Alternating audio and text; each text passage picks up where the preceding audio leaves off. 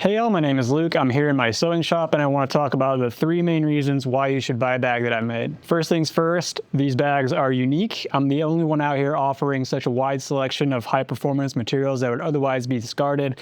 Stuff like old Dacron sales, Dyneema, Kevlar, Cuban fiber, Spectra, and even some America's Cup sales over the years. Add in some retired kites with the seam seal liners that I make from dry suit factory scrap, and the list can get a little overwhelming. But the main thing is that all this stuff would eventually end up getting thrown away because it's old, it's got some slight defects, was used as a test run production sample, it's an old colorway the factory is not using anymore, or for whatever reason. So I use the word repurposed for a reason. Recycled fabrics are made in much the same way as a new material. And although I use the word recycled to make my website easier to find, I'm not recycling the way a company like Patagonia does. That process involves a huge amount of labor, water, and electricity to turn old plastic water bottles into a new fabric that can easily be processed in massive overseas factories to make huge runs of new products while I just wash old sails in the utility sink, hang them to dry, and I start cutting.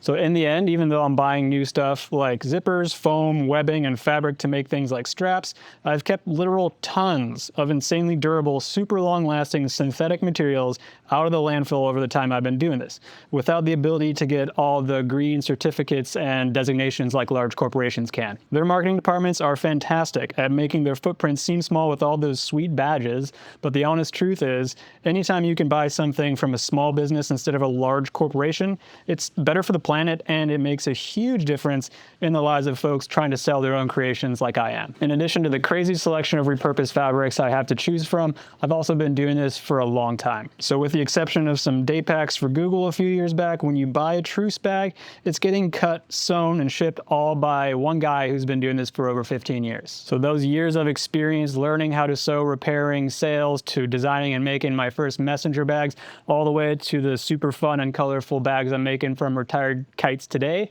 is what you're supporting when you buy a bag from me. Or even just by clicking the like button on this video. That's free and it really does make a difference. Now, I'm uncomfortable with self-promotion all around, even when it comes to asking for YouTube algorithm engagement, but I like to think my bag designs are fairly unique as well. I try to split the line between simplicity and versatile functionality, and I actually find having the design restraint of repurposing materials to be helpful as well as a fun challenge. Now, making bags to order so folks can choose their sizes, colors, and features is super rewarding in its own right. And I love that interaction of making a bag just the way someone wants it.